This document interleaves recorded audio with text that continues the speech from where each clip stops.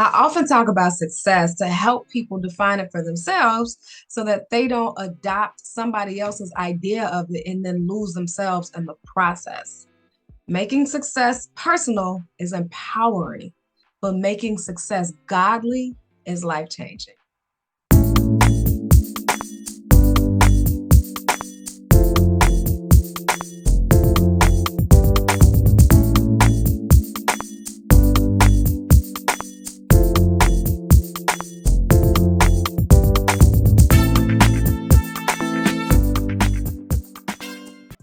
Let's walk together through spiritual growth and freedom.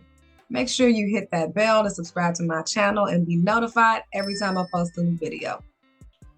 It's not uncommon for us to compartmentalize God into a small section of our lives instead of giving him the keys to the driver's seat. This is why you see people just settle into a life of unfulfillment and thirst.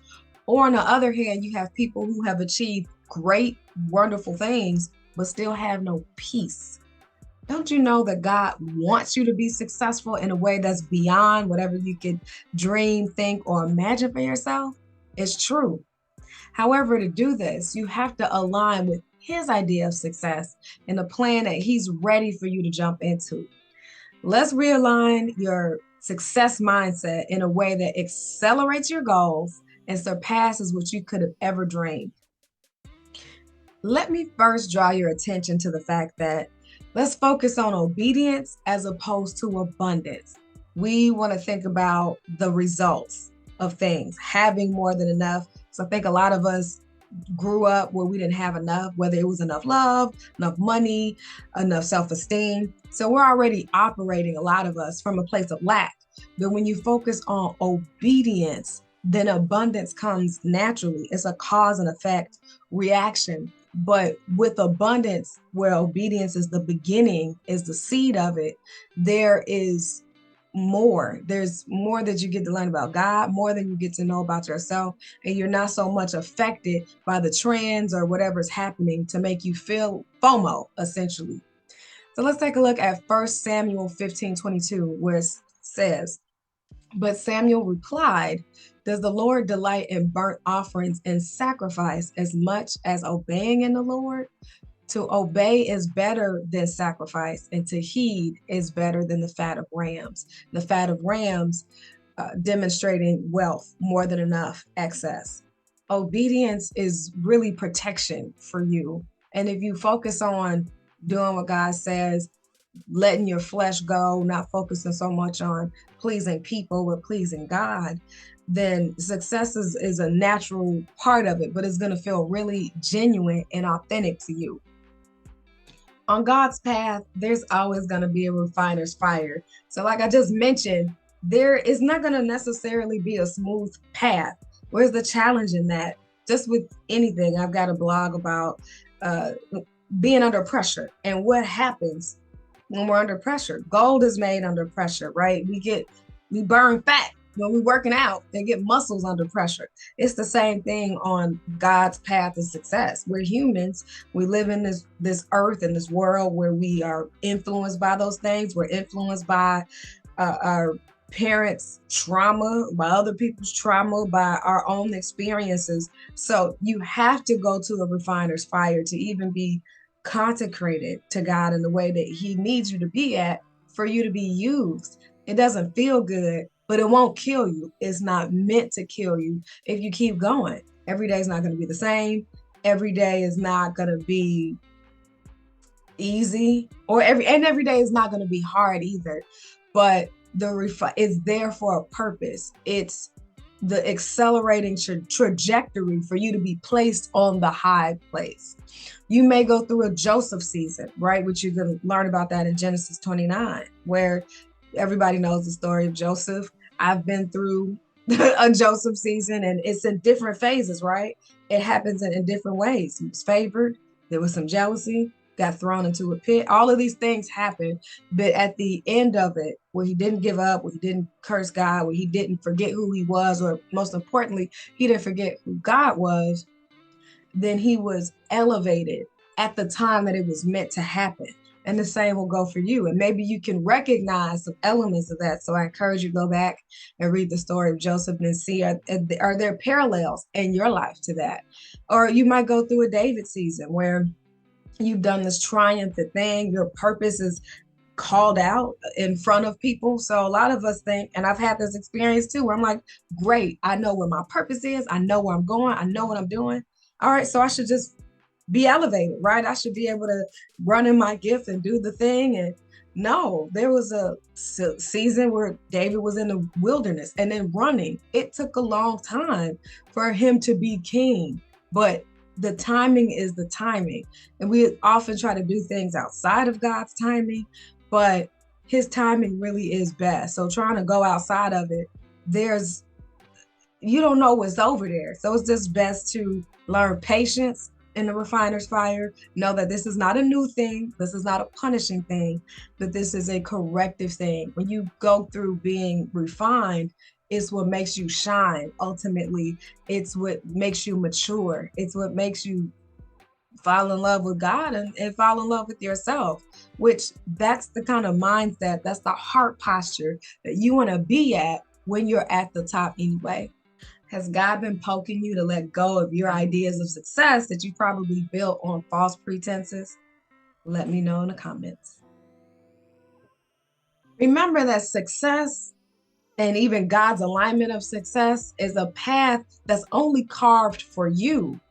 We can't look at what other people are doing and grab that to say I need to follow that path, that equation, and then I'm gonna be successful.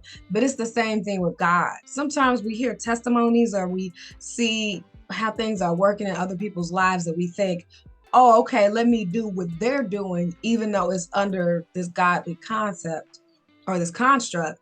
No, it's a path he made for you because you're a unique person. You have unique gifts. There's a unique way that you're supposed to affect the world. So you have to remember that your path and whatever it takes to get there is not going to look like anybody else's. You can't look to social media. You can't look to your mentor to determine this is what success is going to look like for me. The path you're on, it doesn't exist yet. This is the first time this path has ever existed on the earth, and only you can walk it. So you just have to walk it out. And this is where faith and trust come in, because you can't look at anything else. You can't go to a history book. You can glean from other people and get good perspective and widen your view on things, but you can't determine this is exactly going to be that. So you just got to trust the process. No, the path is not always going to be smooth. It's not supposed to, but it's supposed to be enriching and ultimately taking you on the upwardly paved path, but taking you higher than you ever been before. Your best bet when you're like, I don't know what the next step on this path is. I don't know what I'm supposed to be doing, where I'm supposed to be doing, who I'm supposed to be with, who's supposed to be walking with me at this time. The best thing you can do is just to start with the word.